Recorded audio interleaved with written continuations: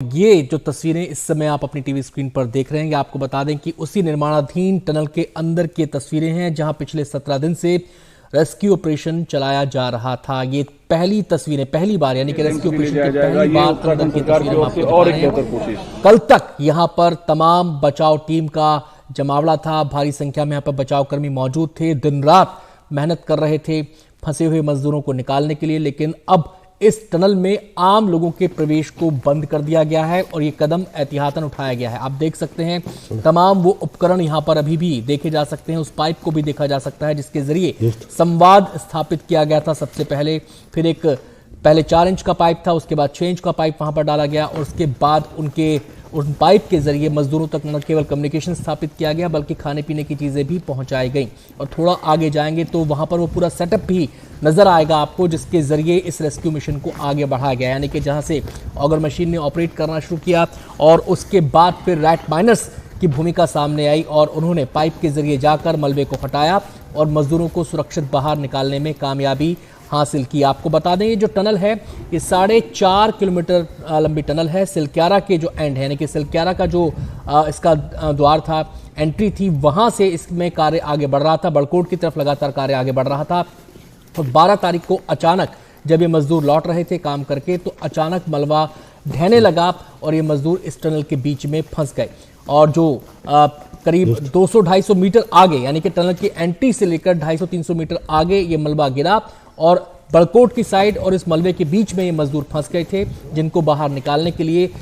तमाम तरह के उपाय यहाँ पर किए गए, तमाम तरह की तरकीबें यहाँ पर लगाई गई, तमाम प्लान्स यहाँ पर बनाए गए जिससे कि मजदूरों को सुरक्षित बाहर निकाला जा सके। राहत की बात यह है कि भले ही समय लगा लेकिन फूंक फूंक कर कदम रखा गया, हर संभव उपाय पर विचार किया गया, उस दिशा में आगे बढ़ा गया। शुरुआत में ही ये कहा गया था कि जो हॉरिजॉन्टली तरीका टनल बनाई जा रही है, पाइप डाला जा रहा है, वही सबसे बड़ा उपाय साबित होगा, सबसे कारगर प्लान वही साबित होगा, उसी के जरिए मजदूरों को बाहर निकाला जाएगा। और अल्टीमेटली हुआ भी वैसा ही। ये जो आपने सफेद पर्दा देखा था, आपको बता दें ये वो पर्दा था जब यहाँ पे मजदूरों के लिए एक अस्थायी अस्पताल इस टनल के अंदर भी बनाया गया था, यानी कि जैसे ही मजदूर टनल से बाहर निकलेंगे उन्हें पहले यहाँ पर शिफ्ट किया जाएगा, उनका चेकअप किया जाएगा कि उन्हें किसी किस्म की कोई मेडिकल एड की जरूरत तो नहीं है और उसके बाद फिर उन्हें एम्बुलेंस के जरिए अस्पताल की तरफ रवाना किया जाएगा। तो ये पूरी प्रक्रिया अपनाई गई थी, हर सावधानी इस पूरे बचाव ऑपरेशन के दौरान बरती गई थी जिससे कि मजदूरों को किसी किस्म की कोई दिक्कत ना हो और आखिरी चरण में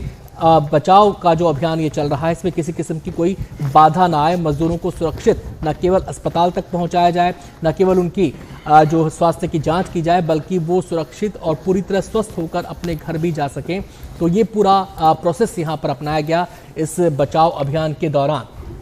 तो इस टनल की तस्वीरें हम आपको पहली बार दिखा रहे हैं। रेस्क्यू ऑपरेशन के बाद अंदर की तस्वीरें हैं। इस समय एनडीटीवी इंडिया पर आप सबसे पहले इन तस्वीरों को देख रहे हैं। आपको हम बता दें कि ये जो टनल का पूरा इलाका है जहां पर लोगों की चहलकदमी बहुत ज्यादा थी, भारी संख्या में लोग यहां पर मौजूद थे और इस पूरी टनल को लेकर भी लोगों के मन में कौतूहल था कि आखिर इस टनल में आखिर क्या है, अंदर से टनल कैसी दिखती है, कैसी बन रही है। ये तमाम जिज्ञासाएं, ये तमाम सवाल इस पूरे ऑपरेशन के दौरान लोगों के मन में उठी थी। इसी को ध्यान में रखते हुए क्योंकि अब इस टनल से रेस्क्यू ऑपरेशन खत्म कर दिया गया है, रेस्क्यू ऑपरेशन पूरा हो गया है, मजदूरों को सुरक्षित बाहर निकाल लिया गया है, लेकिन अभी यहां पर एहतियातन एनडीआरएफ जो बचाव दल है उसके कुछ सदस्य यहां पर मौजूद हैं। इसके अलावा पुलिस कर्मी यहां पर तैनात हैं, पुलिस के जवान यहां पर तैनात हैं और इसकी वजह यह है कि यहां पर एंट्री को पूरी तरह से बैन कर दिया गया है, यानी कि कोई भी व्यक्ति, चाहे कोई स्थानीय नागरिक हो यहाँ का, स्थानीय निवासी हो यहाँ का या कोई बाहर से अगर कोई पर्यटक है, उसके मन में अगर जिज्ञासा है टनल के अंदर जाने की